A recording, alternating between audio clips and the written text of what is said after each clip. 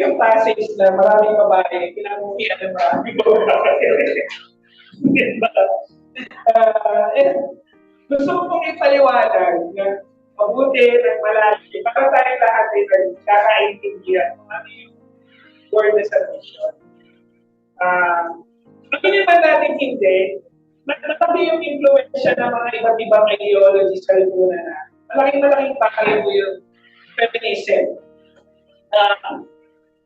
If you have heard sa Amerika yung tawag nilang woke culture, technically hindi ka na pwede mag-speak against LGBTQ. Tapos meron isang grupo ng mga feminists na yung grupo ng mga kababaihan many or hundreds of years ago na nakikipaglaban ng pantay na karapatan sa politika. Sila na yung mga grupo ngayon na naniniwala na medyo nag-elevate ng kanilang theory. Yung mga feminists ngayon, yung theory na nila, hindi na yung pinaglalaban yung pantay na karapatan ng babae at saka ng lalaki. Ang pinaglalaban na nila ngayon, hindi nila kailangan ng mga lalaki. Kaya lumabas ngayon yung mga bagong modern day, tawag namin ito, modern day philosophers. If you have heard about Jordan Peterson, Matt Walsh, Ben Shapiro, sila yung mga modern day na mga, para sila mga Plato and Socrates. Sila yung mga makabagong philosophers natin ngayon, pinagkaroon sa society. Isa sa malaking pinaglalaban nila is yung pamilya, yung composition ng pamilya. And kung papansinin po ninyo, nagbigay ng testimony si Ate Misty na yung pag dumarating niya sa punto na there, feel yun natin. Laging mayroong dumarating na pagsubok. And one of the best way na ginagawa ni Satan para sirain yung gawain ng Panginoon, ay unang-una sirain ng tatay sa pamilya. Pangalawa, sirain yung tatay. And pag sira yung role ng tatay, hindi ko po sinasabi yung tatay lang yung tatay. Pero mamaya papaliwanag ko po na ito. Pag sira yung role ng tatay sa loob ng family, isipin ninyo pati yung society medyo maganda. At pag sira ang family, asahan nyo rin na ang lipunan ay medyo nandun sa atanin. Naalala ko pa nung elementary ako na tinuturo yung definition ng family. Definition ng family. Basic unit of society, di ba? Ang ganda ng definition. Basic units of society. So, ngayon, pag-aaralan natin, yung tinuturo ni Pedro, regarding dun sa hope ng church, hope ng society, sa loob ng pamilya. At tayo din, bilang pamilya, at bilang bahagi ng mga pamilya, ano yung hope na inaasahan natin sa tinuturo ni Pedro? So, gusto ko lang pong bigyan ng background. Yung sinabi ito ni Pedro, yung social structure ng Greco-Roman world, kasi sila yung malaking empire noong time na yun, mga Greeks and mga Roman, is very hierarchical. Ibig sabihin, merong isang leader na namumuno, tapos merong parang military type, gano'n na sistema ng kanilang lipunan. Maraming mga philosopher noong time na yun ang hindi naniniwala sa democracy. Yung buboto, pipili ng leader. Kung panahon nila Jesus Christ, hindi uso yung gano'n. Okay? Hindi uso yung botohan, hindi uso yung eleksyon. Yung concept ng democracy na meron tayo ngayon, malayo-malayo, ganun din ang pamilya. Very patriarchal ang family. Yung time na yun. And during this time, yung strength and integrity ng anumang kaharian, anumang empire, nakasanakalan dun sa integrity ng family ng namumuno. Okay? Yung Roman empires. Kaya, pag mapapansin niyo kung medyo nagbabasa tayo ng mga history, yung downfall lagi ng anumang empire may kinalaman sa family. Di ba? Papansinin niyo yung downfall ng kahit anong empire, kahit anong society, laging may kinalaman sa pagtrato nila sa pamilya. In modern day, yung bansang Amerika, the West itself, di ba?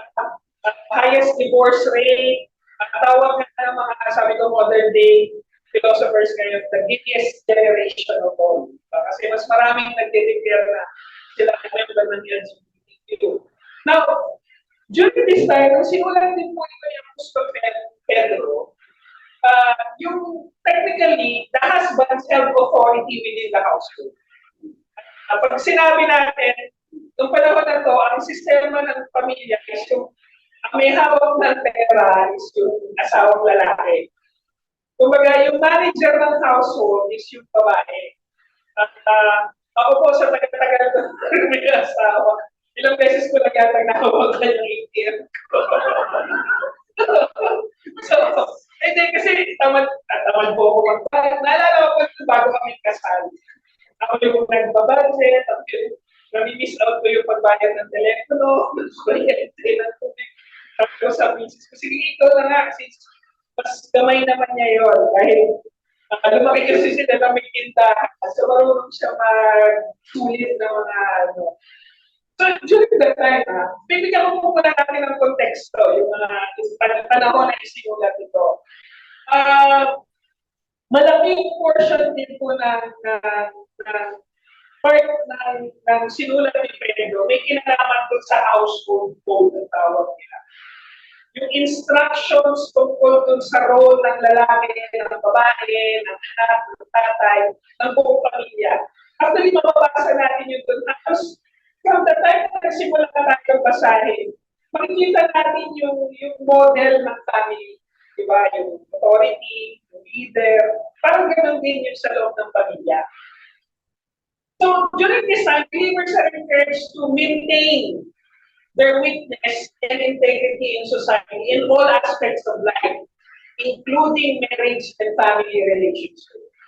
Yun yung, technically, yun yung gustong ipakilala ni Apostol Pedro dito sa kanyang mga sinulat. So, despite the persecution, during this time, mataas pa rin yung persecution sa kanila, Peter encourages believers to embody Christ and virtues. Okay, maintain their witness, follow with the promises of God's future and redemption. Kaya ang sinasabi niya rito, kahit anong mangyari, you don't give up the church, you don't give up the family. Parang yung mensahe ni Apostol Pedro. So, unang-una natin agreement, because of the design of the family, may kinakaman ko, ang tao ay nilikha sa walis, image ni God, okay? Sa walis ng Diyos. Lalaki, babae. Teknologa, nilikha ng pantay sa paningin ng Diyos. Okay? Wala akong makita sa Bible na nagsasabing, you have to understand na yung level of understanding natin ng equality, it's definitely different from the understanding of equality ni God. Okay? Hindi natin pwedeng fully sabihin na talagang equal in so many terms. Mamaya ipapakilala ko po yung complementary roles ng babae at lalaki. So with this, tatandaan natin na unang nilikha ang lalaki para gampanan ang itinalagang tungkulin sa mga nilikha ng Diyos. Okay? Marami kasi nag-accuse sa yung Diyos ninyo, masyadong chauvinist. Bakit nilikha lalaki? Bakit hindi sabay, di ba? Bakit nag-isip pa siya kung lilikha siya ng babae o di ba? Ganon yung mentality ngayon eh. Pero ngayon din, babae ay nilikha bilang katulong, katuwanaw. Controversial yung word na katulong. Di ba?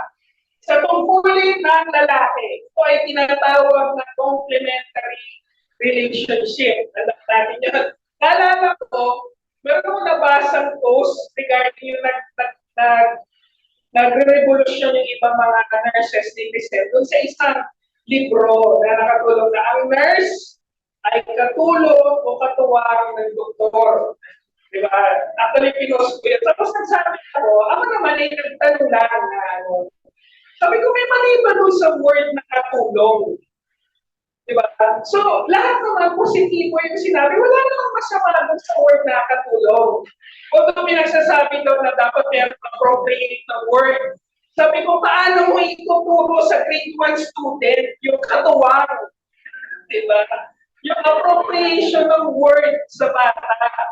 So, hindi pa muna natin pwedeng ito sa language acquisition pa ang tawag dun eh, di ba? Kasi bata pa. Sige, hayaan muna natin yung sarili at let them be innocent in the word katulong, di ba? So, ibig sabihin ng word na katulong, from the word tulong, na yung katabang na tumutulong. It's not really meant, pero kasi di ba, katumbas ng katulong na yan, si May, yan sa bahay, and so on and so forth. But regardless yun, nakikipalit, ano namang masama sa trabaho ngayon? Di ba? You have to understand, di ba, na nung naalala ko yung isang Singaporean na athlete na he speaks so highly of yung nani niya. Diba, yung helper nila sa bahay, kasi sinasabi niya, na kung hindi dahil sa kanya, hindi nila ma-achieve yung gano'n. I remember also yung story ng mga Arabong magkakapatid, diba? Pinahanap pa nila yung nanay nila, kung nagsitanda kasi hindi nila makalimutan kung paano sila trinato. And there's nothing wrong with that, diba? So, you have to understand. Now, when we say complementary, ano yung complementary colors? Diba yung color wheel, diba yung may primary color, secondary colors. Technically, pag sinabi mo complementary, totally opposite. Hindi sila tugma. Ang purpose ng combinations ng mga kulay na yun para makapagbigay ka ng detalye. Diba? So kung halimbawa may mga graphic artists, tinitingnan mo yung mga complementary colors para lalo kang magbigay ng detalye. Ganon ang paglikha ng Diyos sa babae at lalaki. They're totally different, pantay sila sa paningin ng Diyos. Pero they're totally different for the purpose na mas lalo nating makita yung detalye ng disenyo ng Diyos. Imagine ninyo kung pareho ang role ng babae at lalaki, hindi natin makikita yung design ng Panginoon. Imagine ninyo na lang, kung yung kulay ng lahat ng bulaklak, isa lang, di ba? Wala tayong makikita ng detalye. Yun yung purpose ng difference ng lalaki at ng babae. Para malaman natin yung detalye ng disenyo ng Panginoon sa sangkatauhan. Naalala ko po nung tumira kami sa China, tumira kami yung lugar namin parang cornfield. So pagdating ng winter, flat na flat yung lugar. O pag-bottom ba ka, parang flat na lugar, halos wala ka na makita maliban sa flat na taniman. Pag nag-snow, wala kang halos makita kundi puti. Diba? Puti lang lahat. Ang sakit sa mata, tingnan ng puro puti. Diba? Yun lang nakikita mo, puti. Diba? Then, the purpose, kung mapapansin ninyo, yun yung purpose ng complementary colors, yung total opposite yung dalawa, for the purpose na makita natin yung detalye. This might be an oversimplified way of telling ano ang babae at saka lalaki. Pero, doon ko na pwede natin makita na bakit magkaiba ang lalaki at babae. Kasi para maintindihan natin yung overall design ni God sa sangkatauhan. Okay? So, tandaan po natin na bagamat magkaiba ang babae at sa lalaki, parehong binigyan ng Diyos ng spiritual gifts sa mga babae at lalaki ayon sa kalooban, will, at kaayusan, order na tinatalaga ng Diyos. So, you have to understand na merong spiritual gifts that might manifest some more to women, there might be more to some or to men. Diba? For example, yung mga mercy shower. Bihira ako nakakita ng lalaki ng mercy shower. Most of the time, I see those kind of spiritual gifts sa mga babae. Maybe because of the design, yung order ni God na mga babae was created to carry a child, So, mas nurturing sila, di ba? Yung mga lalaki, you have to understand that yung mga certain gifts of administration, hindi ko na po sinasabing wala akong nakita babae na hindi magaling sa administration, pero most of them are men. Di ba? And that's the reason why hanggang ngayon, tayo mga Baptist, tinatayuan natin na yung office of the pastor will still remain with men. Diba? Tinatayuan natin yun, tinitindigan natin yun. Pero hindi naman nangangahulugan na yung mga babae hindi pwedeng mag-lead or, magturo kasi nami-misinterpret natin yung teaching ng forbid women to teach. Diba? Pero meron kasi certain structure na kailangan ng panahon na yun, sinabi yun. Diba? So, dapat natin maintindihan na yung spiritual gifts ibinigay sa lahat para hindi para guluhin ang church. But to keep order and at the same time, binigay yung spiritual order na yun na hindi magkakapareho para rin natin makita yung detalye ng Panginoon. Okay? Yan, doon na rin tayo doon. Dapat natin tandaan na ang lalaki at babae parehong tinawag ng Diyos na maglingkod sa Kanya. Wala kahit isa na pwedeng sasabihin ninyo na kasi babae ako or kasi lalaki ako. Hindi natin pwedeng ilimit dun sa mga bagay na yun just for the gender kung sino magsisindi sa Panginoon na hindi. Those who are in the backgrounds of the ministry is as equal as to those who are facing people in the ministry. Diba? My job is not, I will not say na mas importante yung trabaho ko dun sa ibang nag-reserve din sa loob ng church natin. All have its own role and it's always different from one another so that we can see the details of God. Parehong tinawag, magpatuhin ang isa't isa ng may dignidad at respeto sa disenyo ng Diyos. Diba? So, naalala ko ngayon sa Amerika, awayan ngayon sa sports, yung mga lalaki na kiniklaim nila babae sila para mag-compete sila sa sports ng mga babae. Diba? Ganon din yung mga babae. They're so proud. Pumapasok sila sa boxing, sa mixed martial arts. Diba? Kahit pa sabihin natin na nakikita ko na kahit maliit yung mga lalaki, pero yung bone mass, bone density, yung testosterone nila, ibang doon pa rin sa mga babae. Diba? You have to understand that. So that's the reason why we have to respect yung dignity ng bawat isa. Bigay natin yung dignidad at respeto doon sa pagkakaiba. Yung pagkakaiba niya was not meant to put women lower than men. Okay? Hindi yun ang intensyon ng Panginoon. Ang intensyon niya para bigyan ng detalye ang kanyang paglikha. Okay? You have to remember that. Okay? So, mga kapatid, we have to remember na ang ating mga relasyon ay dapat hindi sa pagkakatalaga natin sa mundo ito. Babae, lalaki, magulang, anak, asawa o wala. Okay? Meron tayong mga specific roles na ginagampanan. That's the reason why God instituted marriage. Kasi may design, may purpose yung paglikha na yun. Para sa kanyang order, para sa kanyang makita na kanyang God is the God of order. So, pag sinabi kong yung ayaw din sa pagkakatalaga natin sa mundo ito. So, pinalaga kang lalaki. So, umayos ka bilang lalaki. Di ba? Tatanggapin mo yung mga responsibilidad mo bilang lalaki. Yun na yung sinasabi ng mga, mga modern day. Kasi sinasabi na mayroong gender pay gap. Pero meron palang ginawang study kung bakit mas malaki yung binabayad sa mga lalaki. Kasi mas malaki yung binabayad sa mga lalaki. Dahil most of the time, sila yung mas mahaba ang trabaho.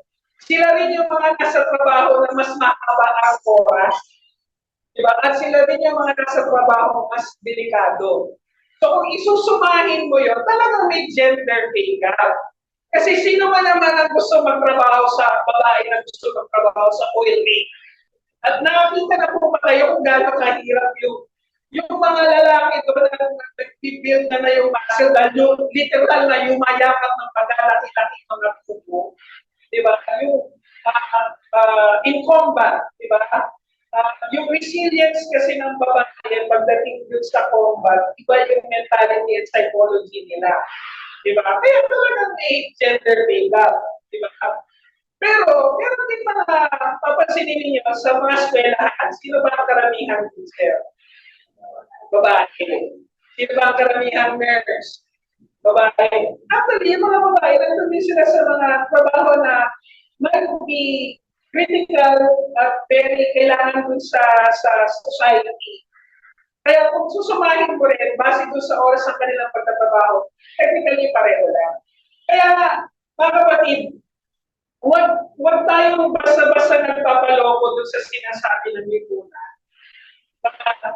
Na, yung mga babae na, yes, for a certain time, I would admit that. Kasi, tandaan po natin makasalanan ng tao. Dumating din naman sa punto na ang mga lalaki nakaabuso.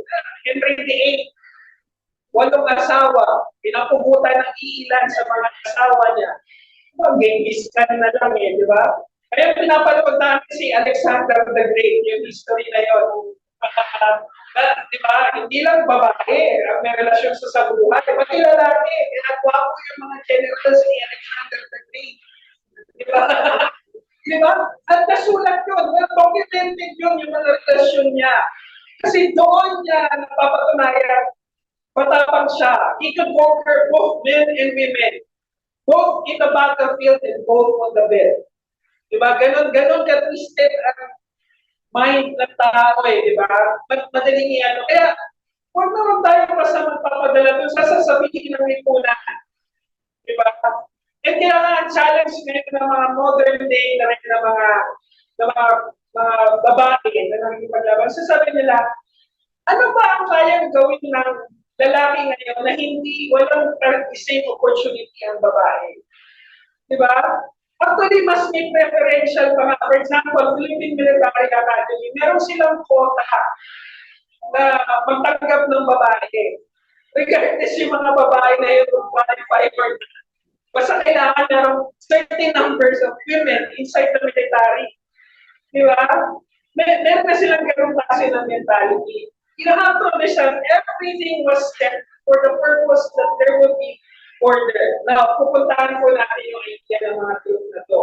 Ano ang pag-asa na makikita natin sa puro ni Peter? Ano yung pag-asa na makikita natin sa pamilya? Sa role ng babae at saka ng lalaki? Sa role ng nanay at tatay? Sa role ng mga anak? Diba? Ano yung pag-asa na makikita natin doon? Now, we have to understand that the design of marriage, yung design ng babae at saka ng lalaki, it serves a wider purpose than creating a family.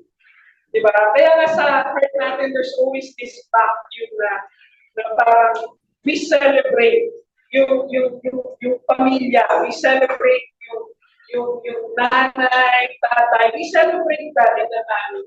So ano yung pag-asa na makikita natin? Muna, dapat natin matandaan na ang pag-asa natin ay makikita sa ating identity, o pagkilala sa ating disenyo bilang tao at bilang individual. Kung paano tayo nilikha ng Diyos, mayroong greater purpose for that to fulfill in the kingdom of God. Diba? Kung halimbawa, nanay ka, or babae ka, there's a purpose, a role for you in the kingdom of God para ma-tag natin yung kaharian ng Diyos. Kung lalaki ka, meron tayong role na kailangan yung gampanan. At kung mag-elevate yung iyong pagiging babae, pagiging lalaki, sa pagiging nanay, pagiging tatay, pagiging asawa, meron din yun bilang, meron din yung role na gagampanan doon sa ministry natin sa Panginoon. May gagampanan yun doon sa church.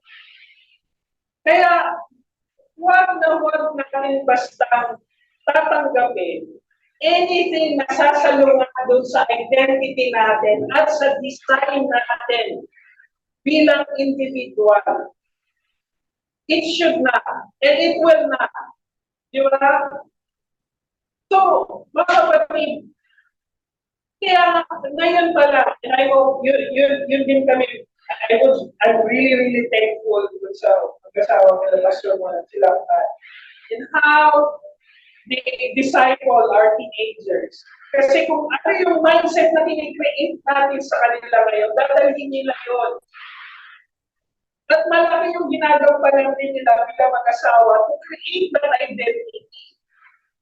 Yung design natin. Diba? For example, ako, yung design ko bilang tao, hindi ko talaga asamin maging basketball player. Diba? Diba? Hindi ko talaga asamin na hindi ko sa, you have to have confidence. Diba? Yun ang tinuturo ng lipunan natin, diba? Kahit magsinungaling ka sa sarili mo, diba? For the purpose of confidence. Diba? Dyan tayo paraan na niloloko tayo ni Satanas. Magtuturo siya ng mga ideas sa atin so that it will create chaos and mess base doon sa identity at sa ating design. Diba? Whatever God called us to do, it will never go against our identity and our design. Naalala ko po ito. Yung lumuluhang Mama Mary sa Agoola Union, di ba yung kanilang prophecy to Giel? Ang pangako daw sa kanya ni Mama Mary, gagawin siyang babae. And there was really a statement on that. Now, nasaan ang pag-asa mo doon? Di ba? Yung pag-asa na pinangako ko sa iyo goes against your identity and your design. Di ba kaya nga sinasabi ito, yung pagpapasakop na sinasabi ito, pansinin ninyo, sinasabi, pinapalagahanan yung mga babae magpasakop na hindi para magpaapi. Pero anong purpose kung bakit sila magpasalamat, magpapasailalim? Sabi nito, upang kung ang asawa ninyo hindi pa naniniwala sa salita ng Diyos, maaaring magdala ninyo sila sa Panginoon sa pamamagitan ng mabuting ninyong pag-uugali kahit na hindi kayo magsalita. Take note, your women are given the bigger role here so that God can expand the kingdom. Diba, hindi ito para apihin yung mga babae. But it was, yun yung context na kaya maraming galit dito. Kasi ang context, babae ka, dapat magsabit ka sa akin. Tawagin mo rin akong Lord. Diba? Biruan nga namin mag-asawa eh. Kasi there were several conversations na natawag ako ni Grace ng Lord. Diba? Pinagmamahal ko yun, tinawag mo ako Lord. So, but this is the truth. Hindi ang purpose dito para apihin ng mga babae, but to let them understand their bigger role in the kingdom of God. Diba? Na importante yung gospel. You have to understand that you carry your gospel through your attitude, diba? Through your patience. Diba? Kaya nga sinasabi sa Philippians, tulad rin ni Jesus Christ, sabi dito, Jesus, bagaman siya ay nasaan yung Diyos, hindi niya itinuring na kailanman pangahawakan ng kanyang pagiging kapantay ng Diyos. Bagkus ginawa niya walang kabuluhan ng kanyang sarili niya, tinanggap niya ang anyo ng isang kaligid at nakitulad sa tao. Yaman siya ay nasumpungan sa anyong tao, siya ay nagpakumbaba at naging masunurin hanggang sa kamatayan sa krus. Does it mean nagpaalipin si Jesus Christ sa Ama? But it was the design. It was the promise na kailangan niya i-fulfill. Diba? So, yun ang dapat nating tandaan. So, whatever God will promise you at sasabihin at ipapagawa sa inyo, it will never go against your identity and your design. Take note of that. Yun yung hope natin, na hindi i-mess up ng Panginoon at hindi tayo makakakuha ng pastor. Sabi ko, Mama Merkel, pinangako po niya na gagawin niya akong patay. At naman, nagsigaw, yeah, doon na lang makikita ninyo kung paano tayo niloloko ng mga bagay nila. So, dapat natin tandaan na malaki ang gagampanan ng ating pagkatao. Our past, our present, to our future. Di ba? Yung identity, yung design, yung plano ng Diyos sa buhay natin. Kahit yung mga hurts na tinanggap natin, yung mga mistakes na pinadala natin, malaki ang gagampanan nun sa ating identity at sa ating design. Ito rin ang kasangkapan ng Diyos para magpapatotoo natin tungkol sa Kanya. Na walang sasayangin buhay ng Diyos doon sa mga tumatanggap. Okay, remember that. Walang sasayangin sa buhay doon sa mga nagsasabing sa atin. Okay? Truth number 2, na ang pag-asa ay nasa pagnanais natin ng magandang loob kaysa magpakita ng magandang kandilan. Okay? Above all, hindi ko naman sinasabing maging tayo, yung mga ang tawag doon, parang mga hermit, parang mga ermitanyo, parang i-deny mo ang lahat ng mundo. You have to remember that God had given us time to enjoy yung, wala rin mga masamang magkabuti. Wala masamang magpa-ayos ng ngipin, wala masamang mag-ayos tayo, magdamit tayo ng mga ayos so that we can be presentable. Pero, higit sa lahat, diba? The way that we will carry ourselves, dapat mapantay yun ang nilalaman sa loob ng puso mo. Diba? Kung paano mo gano'n ka maganda sa harap, sa labas, dapat yun ang pinaganda ang loob. Diba? Yung mga kabataan ngayon, very involved sila sa materialism. Pero kasi hindi nila nakikita yung mga behind the scenes ng mga TikTokers, ng mga pinapollow nila. Diba? So kaya, design natin kung ano man tayo nagpapakita sa labas, dapat yung kung ano yung nasa loob. At kung ano yung nasa loob, dapat makikita din sa labas, sa actions natin. Kaya sabi ni Pedro, kung gusto ninyo maging maganda, huwag sa panlabas. Tulad ng pag-aayos ng buhok na nilalagyan ng mamahaling taas at pagsuot ng mamahaling damit. Diba? Kung halimbawa, nagsuot ka ng dami. Hindi, fashion statement yan. Pero hindi ko sinasabing kasalanan mo. Pero sinasabi ko lang, that you have to understand bakit mo inaayos yung sarili mo. Diba? Asawa ka. Why did you try to make yourself beautiful for your husband? Nasa solo mo, di ba? Yung understanding na yung attraction ng babae at lalaki sa isa't isa. Di ba? So kung gano'n ka mahal dapat ang alahas mo, dapat yung kalooban mo gano'n din. Pero most often than not, hindi gano'n. Di ba? Hindi gano'n. Di ba? You have to understand, ito naman, human psychology ito. The more na meron tayong pinoflog sa harap ng tao, the more na meron tayong tinatawag. Diba? And you have to understand that. And hindi naman po namin sinasabi, ako kami masyado na kurbata. Hindi naman po gano'n. But we try na kapareho namin kayo. But at the same time, this is us. Hindi naman mapapatunayan ng aming mga damit kung ano yung totoo dun sa sinasabi namin sa inyo. Diba? Yun yung purpose doon. Kaya sabi sa Matthew 5, pinagpapala ang may mga dalisay na puso sapagkat nakikita nila. Diba? Blessed are those who are pure in heart. Diba? So ano pa rin at the end of the day, it's still the heart. Diba? It's still the heart. Okay? So mga kapatid, hindi mo mapipilit sa isang tao na tanawin o tanggapin ang pag-asa na meron tayo kay Kristo na hindi rin siya handa na magbago ang kanyang ugali at pananaw sa buhay. Diba? Yung mga taong tatanggap kay Kristo, sila yung mga taong handang baguhin yung buhay. Diba? Hindi mo mapipilit sa isang tao yun eh, diba? Hindi mo, meron nga akong kasama dati na parang ayaw daw niya tanggapin si Jesus Christ kasi makasalanan siya.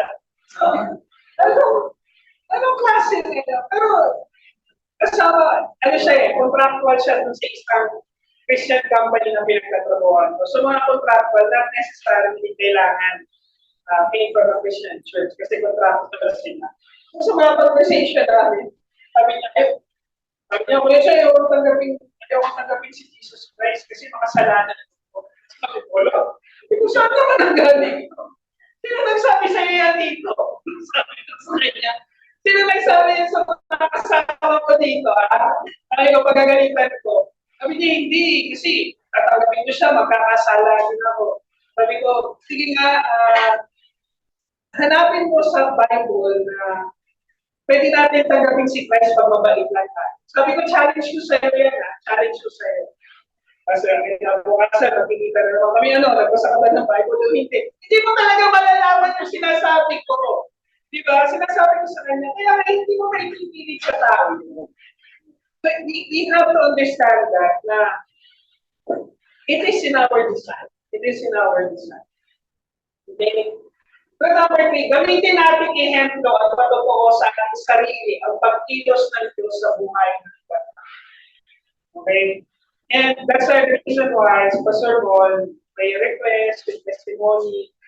Importante sa service natin mo. Kasi yung patotoo ng bawat isa, di ba? Kailangan natin magamit yun na kumitibo sa Diyos sa buhay ng bawat isa. And believe me, there were so many instances in my life that I doubted God, I doubted His plans, I doubted His actions. Pero nung narinig ko sa inyo ito, yung testimony ninyo ito, yung sinabi ninyo ito, yung pagtotoo ninyo ito, really cut and pierced into my heart and really, really rebuked me. Diba? Kaya hindi lang kami po ang nag-minister sa inyo. Kayo din mismo sa amin na nagtuturo ng salita ng Diyos. Importante na narinig din namin sa inyo kung paano sinasagot ng Diyos yung mga panalangin sa buhay ninyo. Diba? And really right now, from the time of July until now, wala po akong trabaho. And there would be times that I would na, ano naman gusto mong gawin sa buhay ko? And I would hear a word, may not be necessarily related to sa pagkatrabaho, pero meron related sa plan ng Panginoon. Diba? Kaya nga hinihimo ni Apostol Pablo, sinasabi niya rito sa mga babae, na at ito ang ginagawa ng mga babaeng banal noong unang panahon. Nagpapaganda sila sa pamamagitan ng pagpapasakop sa kanilang asawa. Kasi yung structure, again, the structure that was given, pero it is a design na nilikha ng Panginoon. Diba? Katulad ni Sarah, sinunod niya si Abraham at tinawag pa niya ng Panginoon.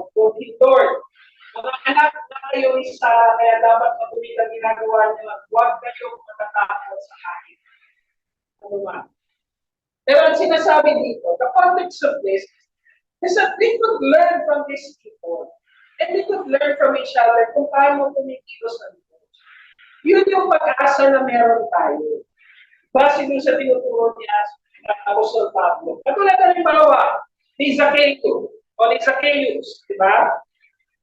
Ang sinasabi nito, si Zacchaeus ay nakatayo at sinabi niya sa Panginoon, narito Panginoon, ang kalahati ng aking tinatangkilik ay ibinibigay ko sa mga dupa. Kung ang aking nakuha sa pamamagitan ng kaligtaraan, sa sino man ay binabalik ko ng nakaapat na ulit. Sinabi ni Jesus, in front of other people, okay, sa araw na ito, dumating sa bahay na ito ang kaligtasan. Sapagkat siya ay anak ni Abraham. Diba? Ang anak ng tao ay tumalito upang hanapin at iligtas ang nawawala. Diba? So, it is important na yung hope natin na kung paano tayo dinesign ng Panginoon and our identity should also be an example to other people. Diba? I tried my best. I would say na I failed so many times being a good father. But I tried my best for not only for the sake ng anak ko, for the sake ng sanity ng asawa ko. Pero it's also a testimony of how I would serve God. Di ba? Ano ang requirement sa mga nagsiserve sa Diyos? A husband of one wife who manages his household well. Di ba? Kaya nga dumating sa punto na kami dalawa ni Shiloh, kahit ni Samaria. Natutuwa na ako kasi Samaria. Naghahanap ng mga YouTube video about, did you know that Jesus Christ is like this? Although na medyo may mga iba na medyo saliwa ng konti, kailangan ko makipaliwanag. Like for example, you know, Daddy, we pray like this in the school. Angel of this, angel of that. Okay, sabi ko, sige. Next time, tell your teacher that we don't pray like that. Sabi niya, why that? Because we don't pray to angels. Sabi siya, we only pray to God. Exactly. Sabi ko, we don't pray to the angels. The angels are here so that they will serve God for the purpose of man. We don't pray to angels. Okay? And they also notice that sabi ko, there's nothing wrong with that, but we are not required to do that. Okay? So, kailangan ko ipaliwanag din sa kanya. And to the point na sinasabi ko nga sa inyo na yung buhay natin, yung design, yung identity natin, dapat maging example yun sa iba. And we also see how the other people try to live their life for God. Wala namang masama na titingin tayo dun sa ibang tao, their struggle, their hope, na makita rin natin yun sa buhay ng ibang tao. Diba? So, kaya sinasabi ko sa yung like for example, si Shiloh ngayon, malapit na rin mag-college, ilang taon na lang. So, anak, ano bang gusto mong gawin sa buhay mo? Diba? Sabi niya, gusto raw niya na, hindi pa siya sigurado, IT. Siguro, hindi na niya IT. Ako naman, anak, hindi ba pwede yung doktor? Kahit man lang, kahit gagapang ni Daddy yan sila. Tapos, alam mo naman si Samara would say, I would like to be a teacher, Daddy. Anak, please lang, what teacher? Pero, sandali, you have to remember, di ba, naranasan namin pag teacher. We will joke, anak, walang yung mayaman sa pagiging teacher. Pero, what if yung design nila, di ba? And we have to go back always na yung ginamit na platform para sa amin ni God so that we could minister to other people was actually teaching. Diba, naging missionary kami dahil sa pagtuturo. Diba? So, gamitin natin patotoo yung book. Huwag natin pigilan na makita yun sa buhay ng tao. Kaya nga mga kapatid, sa taong kumikilala kay Kristo, walang dahilan na hindi niya makita ang mabuting ginagawa ng Diyos sa buhay ng iba. Kung sumusunod tayo kay Kristo, yung mabuting ginagawa ng Diyos sa buhay ng iba, madali natin makikita yun. Hindi natin kaiingitan.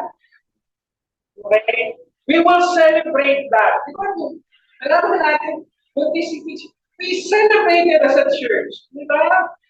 So, yun ang alam natin, nakikita kasi natin, maganda yun. That's beautiful, that's noble, that's something beautiful that God has created. Hindi natin kaya lumikha ng buhay. Diba? Kaya, gamitin natin ng pangaral sa ating sarili, yung spiritual journey ng bawat isa. Okay? Nandun yun. Nandun yung sa hope ng pagiging lalaki, ng pagiging babae, ng disenyo natin. Because God has designed us for that, for those particular things. Next.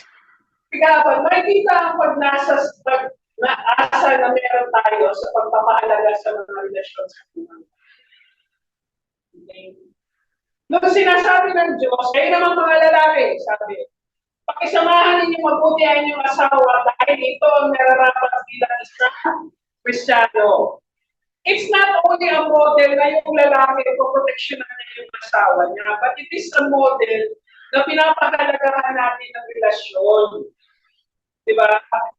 It is a model, hindi lang po sa mag-asawa ito, but the family itself, kapatid, magtsuhin, magkain, na dinisenyo ng Panginoon yung pamilya for the purpose ng relationship. He instituted marriage for the purpose of relationship. Na makita natin na meron din tayong relasyon sa Kanya. Diba? Kaya nga, dapat natin pahalagahan yun. Nandun yung pag-asa natin. That's the reason why we need to protect the family. Kasi yung family, ang model ng relationship, di ba? Yung mga best friend natin, tinuturing natin silang pamilya natin, di ba? Minsan nga, mas tinuturing pa natin silang kamag-anak, isa sa mga sarili natin kamag-anak. Di ba? Di ba? Pero importante na dinisign yun ni God. Diba, pinili mo ba yung kapatid mo? Pinili mo ba yung nanay mo? Pinili mo ba yung anak mo? Diba? Hindi mo naman pinili yun. Pero God designed it because He has a purpose for that. Kaya kailangan natin pahalagahan. Diba? Kung sila pinipressure man ng nanay niya. Diba? Pag-tiisan mo. Wala ka magagawa. Design mo yun eh.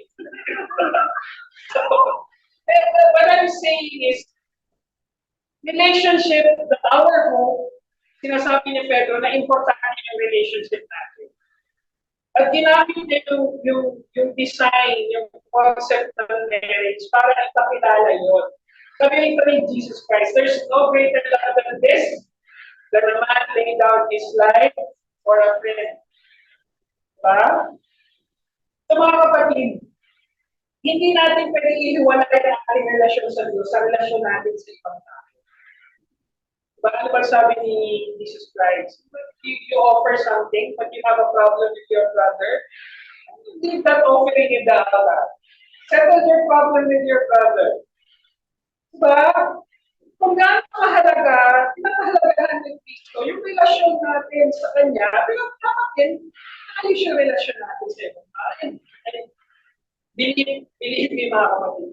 That's one thing that I have to work out in my life right now.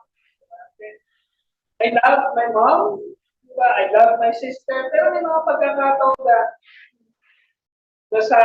you wish na sana hindi ka I love them dearly. I really love them. But I hope I am a testimony to them. I hope I'm a testimony to them. Hindi ko rin, wala na kami, asawa ko, hindi ko rin mapilili yung father-in-law ko. Diba? I have to love them as well. Hindi ko rin pinili yung mga kapatid na asawa. Kaya sinasabi nila, hindi natin pwede ihiwala yung relasyon natin sa Diyos sa relasyon natin sa ibang tao. Okay? Higit sa lahat doon sa mga nabibilang sa ating pananampalataya. Diba? So, it is important that we also take care of our own. Yun yung importante doon. Yan ang kapatid. Let me close this in. Medyo mamahaba lang. So, tandaan natin na yung mga katotohanan na itinuro ng Pedro ay hindi pa sa ehemplo ng pag-aasawa. Yung concept na gusto nyo ituro dito.